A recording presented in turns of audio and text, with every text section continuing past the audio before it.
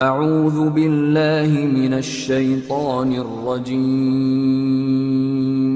بسم اللہ الرحمن الرحیم۔ ماہ سیام سے ایک دن قبل اور عید کے دن ہم ایک جیسے ہوتے ہیں۔ جہاں ہم رمضان سے ایک دن پہلے کھڑے تھے، عید کے دن بھی ہم وہیں کھڑے ہوتے ہیں۔ تو پھر ایک مہینہ اتنی طویل محنت کی اور مشقت اٹھائی، بھوک اور پیاس کاٹی، تو پھر کیا فائدہ ہوا؟ آپ ایک ڈاکٹر کے پاس جاتے ہیں اور اس سے دوائی لیتے ہیں اور مہینہ بعد اس کو استعمال کرتے ہیں، اور مہینے کے بعد آپ ٹیسٹ کرواتے ہیں تو جہاں تھی بیماری وہاں کی وہاں رہی۔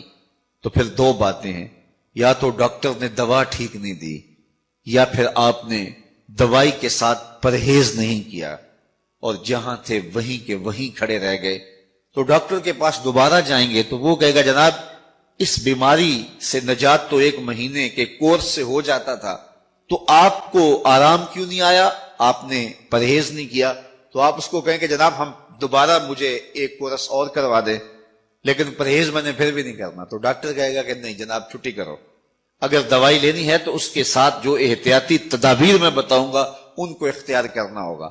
لیکن اگر کوئی شخص پھر دوسرا مہینہ کھاتا ہے اور احتیاطی تدابیر اختیار نہیں کرتا اور پھر ڈاکٹر کے پاس جا کہتا جناب آرام نہیں آیا، تو ڈاکٹر پھر اس کو کہے چلو دوبارہ لے لو، تو وہ تیسرے مہینے بھی کھائے، چوتھے مہینے بھی کھائے، ساری زندگی بھی کھاتا رہے، احتیاطی تدابیر نہیں کرے گا تو جہاں صحت تھی وہیں کی وہیں رہے گی۔ ماہ سیام آیا، پورا مہینہ دوائی لی، اور عید کے دن جب ٹیسٹ کروایا تو جہاں تھے وہیں کھڑے تھے۔ یا تو پھر دوائی ٹھیک نہیں ہے، میرے رب کی دوائی کس طرح ٹھیک نہیں ہو سکتی؟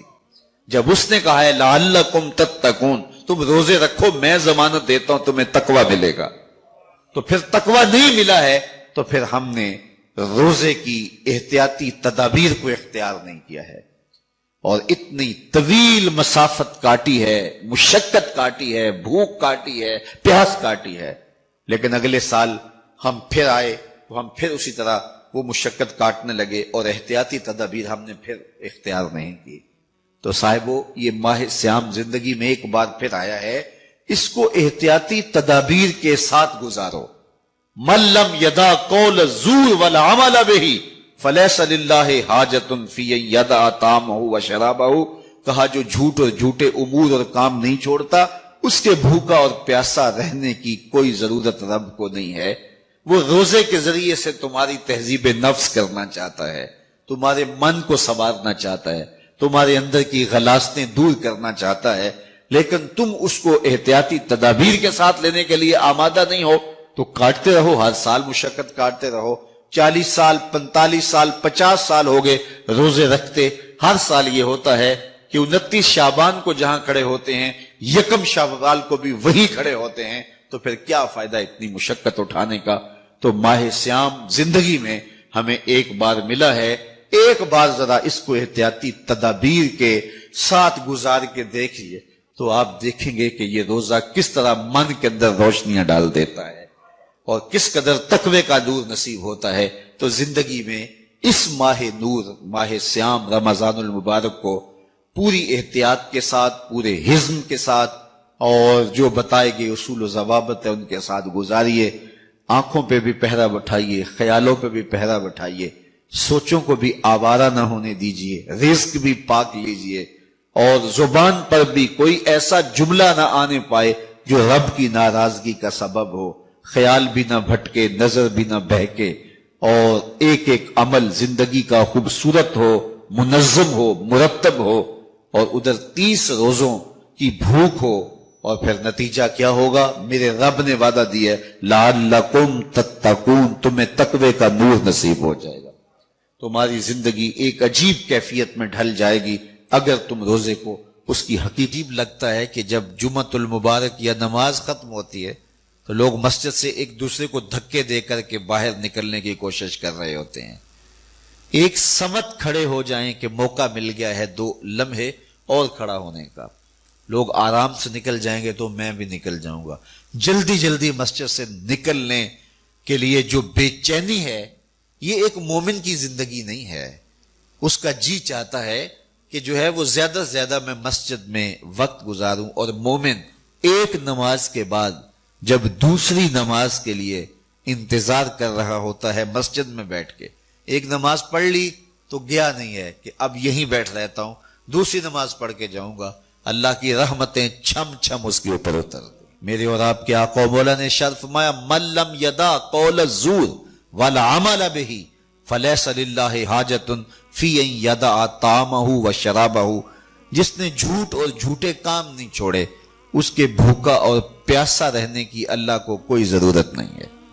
روزہ صرف پیٹ کا نہیں ہے, باقی اعضائے بدنیاں کا بھی ہے. پیٹ میں ہم نے جو حلال اور مشروع چیزیں تھی ان کو ڈالنے سے بھی گریز کیا کہ ہم روزے سے ہیں. آپ کو ماہ صیام میں روزہ رکھا ہے, کوئی آب زمزم پیش کرے تو آپ کہیں گے جناب میرا روزہ ہے. جناب یہ مکہ المکرمہ سے لے کے آیا ہوں, ابھی عمرے سے آیا ہوں. آپ کہیں گے بہت اچھا, مجھے آپ دے دیں میں رکھ لیتا ہوں, لیکن اب نہیں لے سکتا کہ میرا روزہ ہے. کوئی آپ کو کھجوریں پیش کرے کہ یہ مدینہ تو رسول صلی اللہ علیہ وسلم کی کھجوریں ہیں اور یہ بالکل خالص مدینے کی سرزمین میں اگی ہیں, مدینے کی ہواؤں نے انہیں پالا ہے اور یہ میں وہاں سے خاص طور پہ آپ کے لیے لے کر آیا ہوں, تو آپ ان کو چوم کے آنکھوں سے تو لگائیں گے لیکن کھجور کھائیں گے نہیں. آپ کہیں گے جناب میرا روزہ ہے. میاں روزہ ہے لیکن یہ کھجوریں تو مدینے کی ہیں اور پاک ہیں, طیب ہیں, طاہر ہیں, تبرک ہے, لیکن آپ تبرک جاننے ماننے سمجھنے کے باوجود اس کو نہیں کھائیں گے. آپ کہیں گے کہ میرا روزہ ہے.